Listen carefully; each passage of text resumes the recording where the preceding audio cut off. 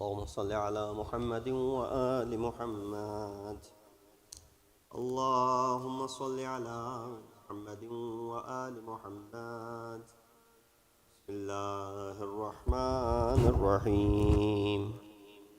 اللهم إني أسألك وأتوجه إليك بنبيك نبي الرحمة محمد صلى الله عليه وآله يا أبا القاسم يا رسول الله يا إمام الرحمة يا سيدنا ومولانا إنا توجهنا واستشفعنا وتوسلنا بك إلى الله وقدمناك بين يدي حاجاتنا يا وجيها عند الله اشفع لنا عند الله يا أبا الحسن يا أمير المؤمنين يا ولي ابن أبي طالب يا حجة الله على خلقه يا سيدنا ومولانا إنا توجهنا واستشفعنا وتوسلنا بك إلى الله وقدمناك بين يدي حاجاتنا يا وجيها عند الله اشفع لنا عند الله يا فاطمة الزهراء يا بنت محمد يا قرة عين الرسول يا سيدتنا ومولاتنا إنا توجهنا واستشفعنا وتوسلنا بك إلى الله وقدمناك بين يدي حاجاتنا يا وجيهة عند الله اشفعي لنا عند الله يا أبا محمد يا حسن بن علي أيها المجتبى يا ابن رسول الله يا حجة الله على خلقه يا سيدنا ومولانا إنا توجهنا واستشفعنا وتوسلنا بك إلى الله وقدمناك بين يدي حاجاتنا يا وجيها عند الله اشفع لنا عند الله يا أبا عبد الله يا حسين بن علي أيها الشهيد يا ابن رسول الله يا حجة الله على خلقه يا سيدنا ومولانا إنا توجهنا واستشفعنا وتوسلنا بك إلى الله وقدمناك بين يدي حاجاتنا يا وجيها عند الله اشفع لنا عند الله يا أبا الحسن يا علي بن الحسين يا زين العابدين يا ابن رسول الله يا حجة الله على خلقه يا سيدنا ومولانا إنا توجهنا واستشفعنا وتوسلنا بك إلى الله وقدمناك بين يدي حاجاتنا يا وجيها عند الله اشفع لنا عند الله يا أبا جعفر يا محمد بن علي أيها الباقر يا ابن رسول الله يا حجة الله على خلقه يا سيدنا ومولانا إنا توجهنا واستشفعنا وتوسلنا بك إلى الله وقدمناك بين يدي حاجاتنا يا وجيها عند الله اشفع لنا عند الله. يا أبا عبد الله يا جعفر بن محمد أيها الصادق يا ابن رسول الله يا حجة الله على خلقه يا سيدنا ومولانا إنا توجهنا واستشفعنا وتوسلنا بك إلى الله وقدمناك بين يدي حاجاتنا يا وجيها عند الله اشفع لنا عند الله. يا أبا الحسن يا موسى بن جعفر أيها الكاظم يا ابن رسول الله يا حجة الله على خلقه يا سيدنا ومولانا إنا توجهنا واستشفعنا وتوسلنا بك إلى الله وقدمناك بين يدي حاجاتنا يا وجيها عند الله اشفع لنا عند الله. يا أبا الحسن يا علي بن موسى أيها الرضا يا ابن رسول الله يا حجة الله على خلقه يا سيدنا ومولانا إنا توجهنا واستشفعنا وتوسلنا بك إلى الله وقدمناك بين يدي حاجاتنا يا وجيها عند الله اشفع لنا عند الله. يا أبا جعفر يا محمد بن علي أيها التقي الجواد يا ابن رسول الله يا حجة الله على خلقه يا سيدنا ومولانا إنا توجهنا واستشفعنا وتوسلنا بك إلى الله وقدمناك بين يدي حاجاتنا يا وجيها عند الله اشفع لنا عند الله. يا أبا الحسن يا علي بن محمد أيها الهادي النقي يا ابن رسول الله يا حجة الله على خلقه يا سيدنا ومولانا إنا توجهنا واستشفعنا وتوسلنا بك إلى الله وقدمناك بين يدي حاجاتنا يا وجيها عند الله اشفع لنا عند الله. يا أبا محمد يا حسن بن علي أيها الزكي العسكري يا ابن رسول الله يا حجة الله على خلقه يا سيدنا ومولانا إنا توجهنا واستشفعنا وتوسلنا بك إلى الله وقدمناك بين يدي حاجاتنا يا وجيها عند الله اشفع لنا عند الله.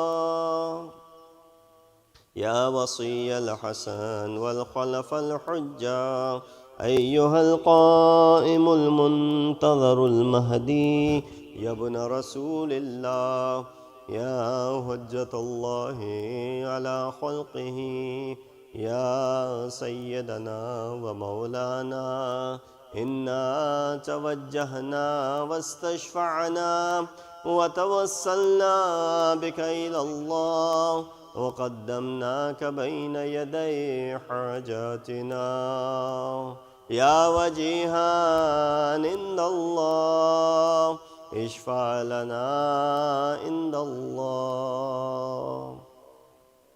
Ask for your hajat.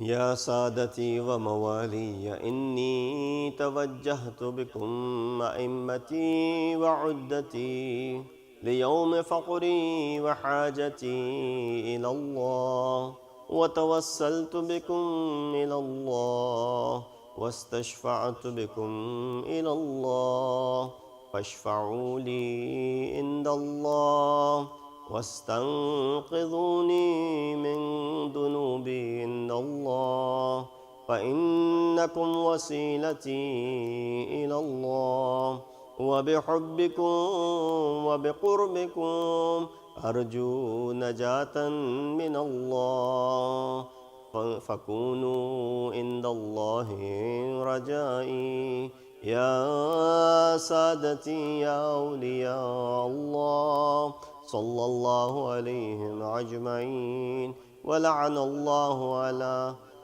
الله أعداء الله ظالميهم من الأولين والآخرين آمين رب العالمين. اللهم صل على لأرواح المؤمنين والمؤمنات. الفاتحة.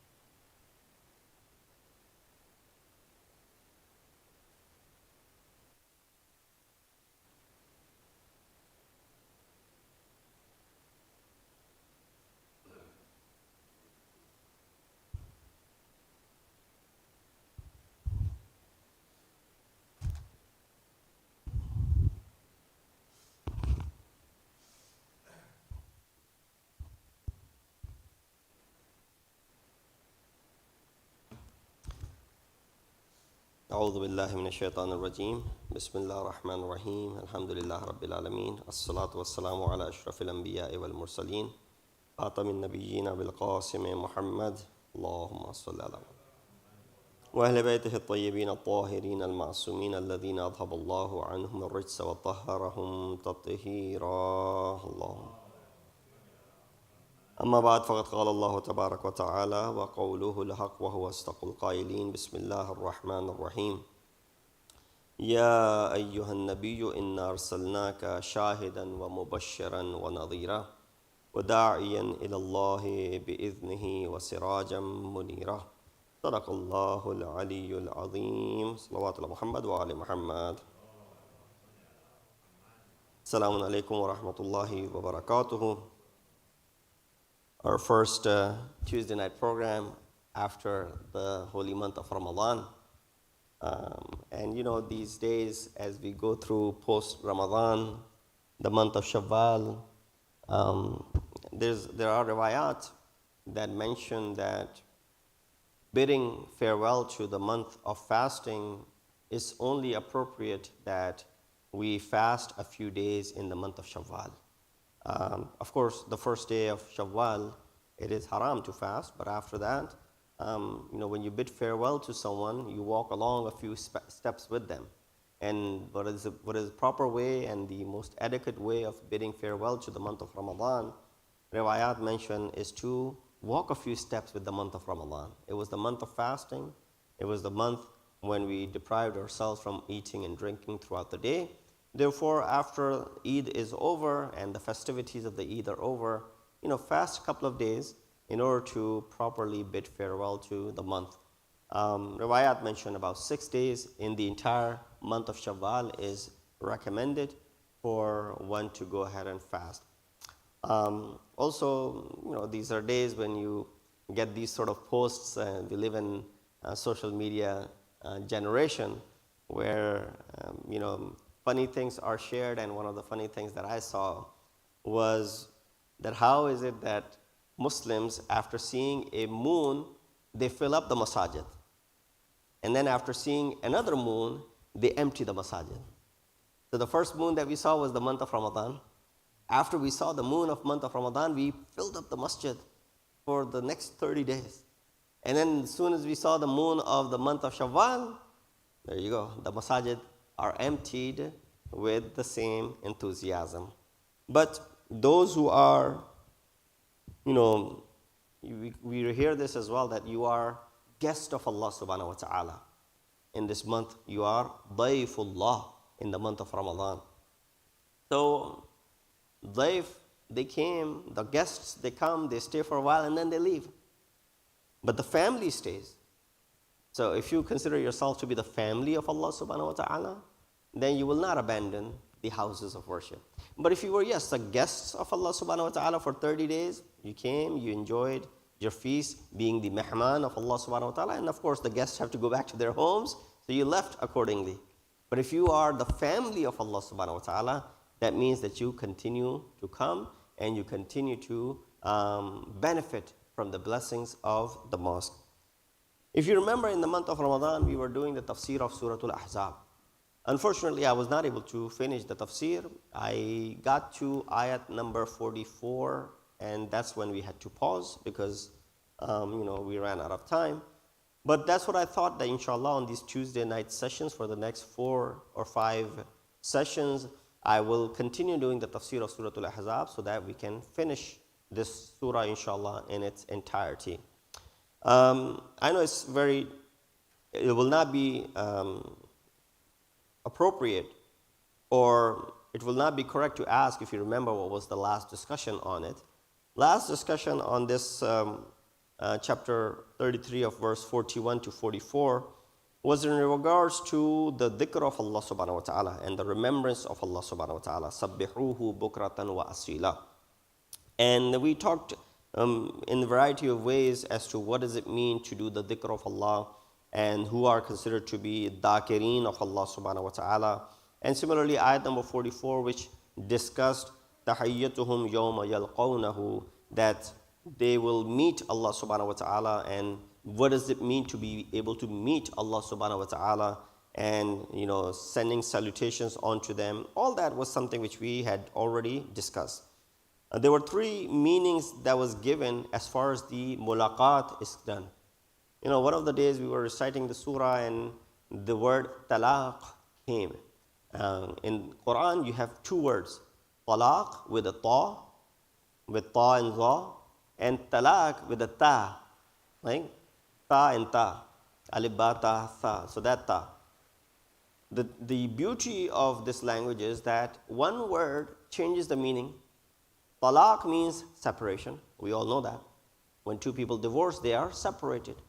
While the word talaq with the ta means meeting, mulaqat, meaning getting together. So just simply changing the pronunciation of ta to ta changes the meaning of this word in Arabic. So there, the word that is being used is tahiyyatuhum yawma yalqawnahu.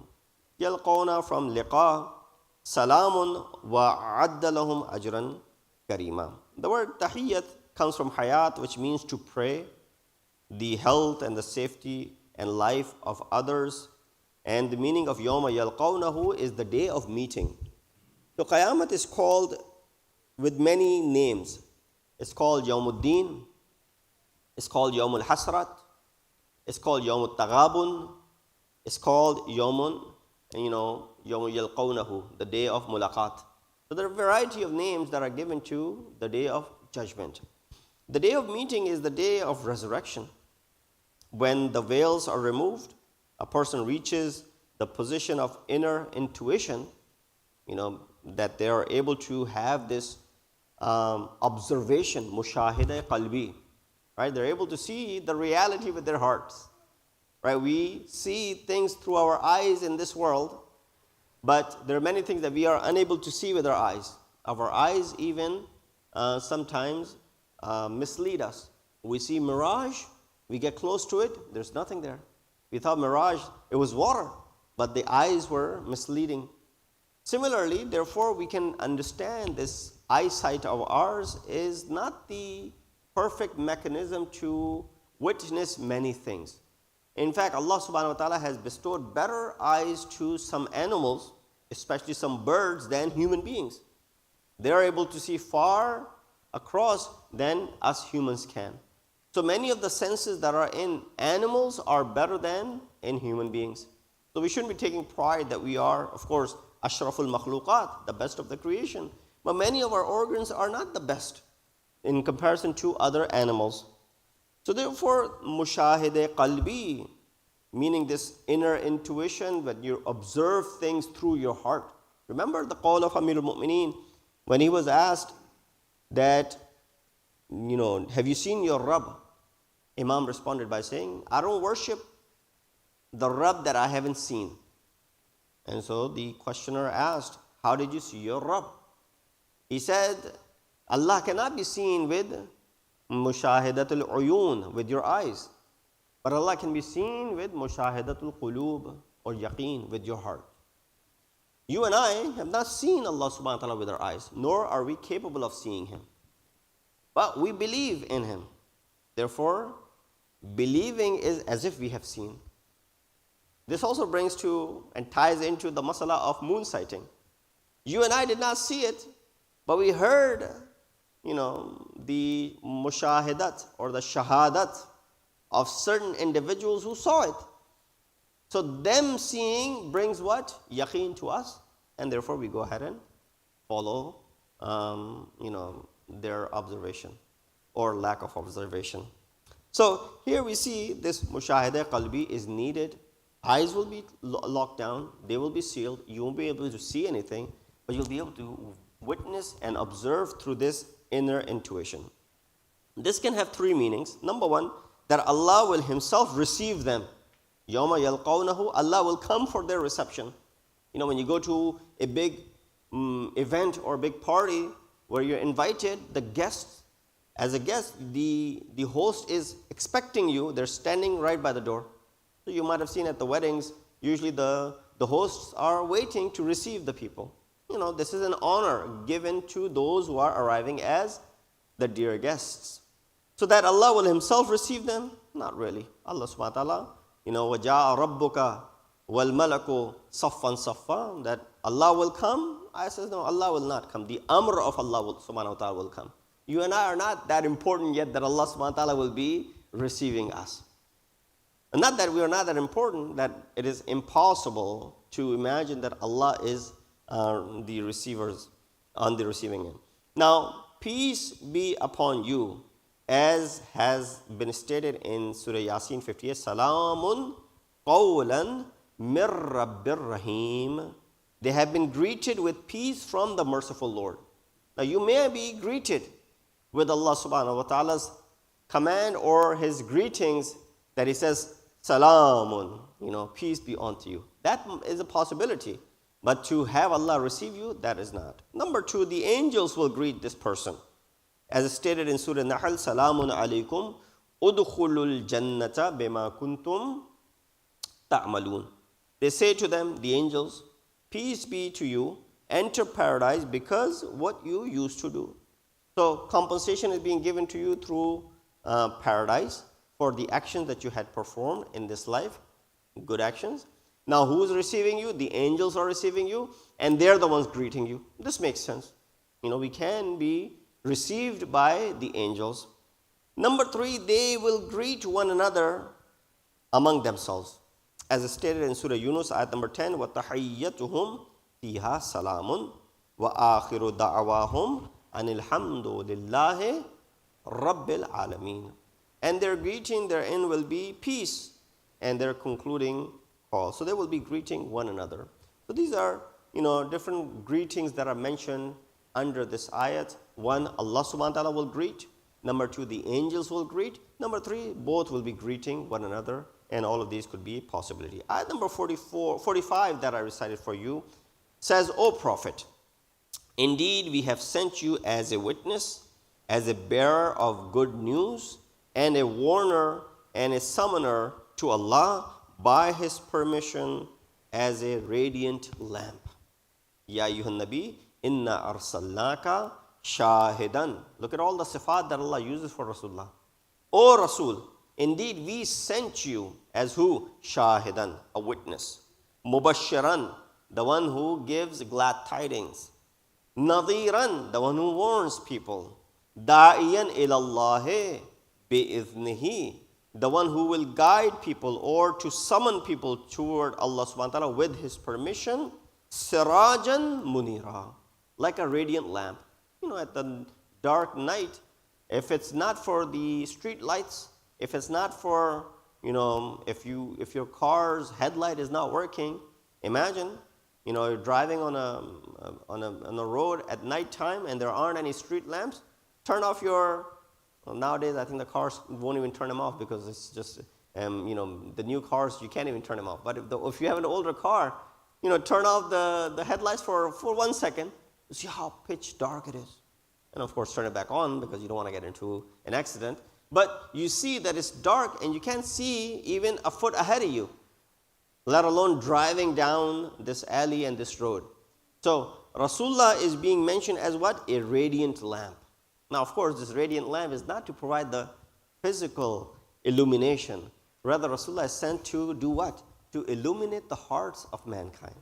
Is there to go ahead and provide what? Salvation to mankind. Is there to go ahead and remove the darkness of our hearts and to convert that into a light.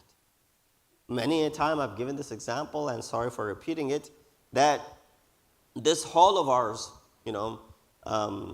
pretty big hall. You can fit 200 people according to the instructions by the fire department in this hall. So 200 people can sit in here. The ceiling, I'm assuming, maybe 20 feet high, if not, more or less.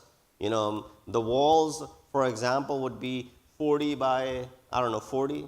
Some similar, somewhat, maybe I'm on a little bit off, but these are pretty much the measurements of this room. Pretty big room. Now, if you had just one light bulb in this side of the hall, with 40 by 40, you can go ahead and figure out the cubic feet and the measure of, the mass of this room. If there was only one light bulb in this big hall, of course, it'll be pretty dark. Why? Because that one light bulb of 60 watts will not be enough to illuminate the entire room. It might be enough for us to walk around, but it may not be enough for us to appreciate the beauty in every corner of this room. We will not be able to see the design on the flooring. We will not be able to see the beautiful names of Allah, for example, all around. We will not be able to see on the wall that you have these beautiful dua and the ziyarat that is hanging. We won't be able to see those. We won't be able to appreciate many of the other intricacies of this hall because of this one small light bulb. What do you need over here? You need all these lights, right? You need all these lights. People say, oh, so many lights in this room. Well, you need all these lights for the room to be illuminated. And therefore, after it's completely illuminated, now you can see even the smallest minor details of this room. And you can appreciate all of those minor details of this room because the room is completely illuminated with all the lights that have been placed in it.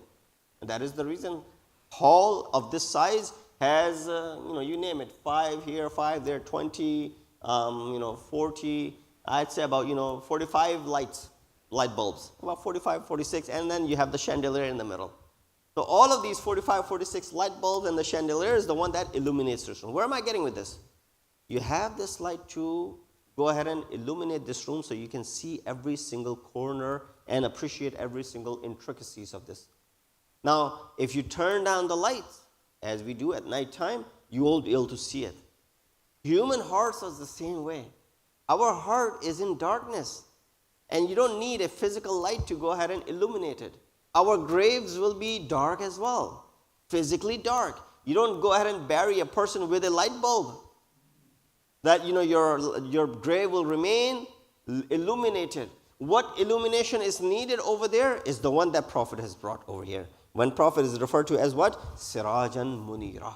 O Prophet, we sent you as what? Da'iyan ilallahi bi'iznihi sirajan munira. O Prophet, we sent you to guide people to Allah subhanahu wa ta'ala with His permission as a radiant lamp. That radiant lamp is there to go ahead and remove the darkness of ignorance and replace it with the light of knowledge and education. And that was the primary purpose of Prophet's descent. So after admonishing the Muslims, I have about 4 minutes in my hand until the adhan is at 8:05. So after admonishing the Muslims, Allah now addresses a few words of consolation to the Prophet. All that admonishing was done in the past few ayat, up till ayat number 44. Ayat 45 is sort of consoling the heart of Rasulullah. And it says this to say that, we have blessed you with such a high rank and raised you to an exalted place of honor. Your opponents will not be able to harm you in any way possible by their propaganda campaign of slander and calumny. What were they doing? They were trying to degrade, they were trying to defame Prophet, they were trying to attack him through the marriage that he had done, that we all talked about. I'm sure that is still fresh in your minds, the marriage with Zainab bint Jahash. They were trying to attack him. They were trying to defame, degrade, to slander him for something that he had done, which was a law in the time of Jahiliyyat, which of course Islam came to abolish. Therefore, you should not take their mischief to heart, O Prophet. Now, Prophet, while he is the purpose of the creation of the entire universe, laulak lama khalaqtul aflaq, right? If it wasn't for you, O Prophet, I would not have created the entire universe. But Allah subhanahu wa ta'ala created Prophet with human, senses and with human, emotions, if you want to call it, right? He has children. He weeps over the loss of his child as he wept for the loss of his sons. He rejoices over, for example, the birth of his daughter. He rejoices over the birth of Hassanain, for example. He takes pride in Amir al-Mu'mineen's achievements, for example. He admonishes people for their bad behaviors. He scolds them. All that is done. These are through human emotions. So Rasulullah, now he's being slandered while he is above all human beings. Still, Allah subhanahu wa ta'ala is consoling him. Why? Because the human aspect of Rasulullah is going to do what? It's going to make him sad. That people are slandering him, defaming him, mocking him, ridiculing him. And that has an effect not only him, but also on his family as well. So Allah says, therefore, you should not take their mischief to heart, nor give any weight to their propaganda. You should continue doing the duties of your mission and let them utter whatever nonsense they like. Along with this, incidentally, the other people, both the believers and the unbelievers, are also being told that the person they have to deal with is not an ordinary man, but a great personality whom Allah has raised to the highest ranks of honor and glory. So you stuck by him, you believed in him, you remain stuck with him, you continue to believe in him. Because what was happening, Rasulullah will stay strong, his family will stay strong, but the community members, they are not as strong, so they might start stranding Rasulullah. They might start leaving Rasulullah. They might get affected by all of these nonsense that was happening. So, Shahidan, the meaning of prophets being a witness, is a very vast subject, includes different kinds of evidences. Shahadat that Rasulullah had given witness to could be the verbal witness of Rasulullah, could be the practical evidence of Rasulullah, and could be the evidence in the hereafter, which inshallah I'll discuss in next week's discussion. Wa akhiru da'wana alhamdulillahi rabbil alameen. Allahumma salli.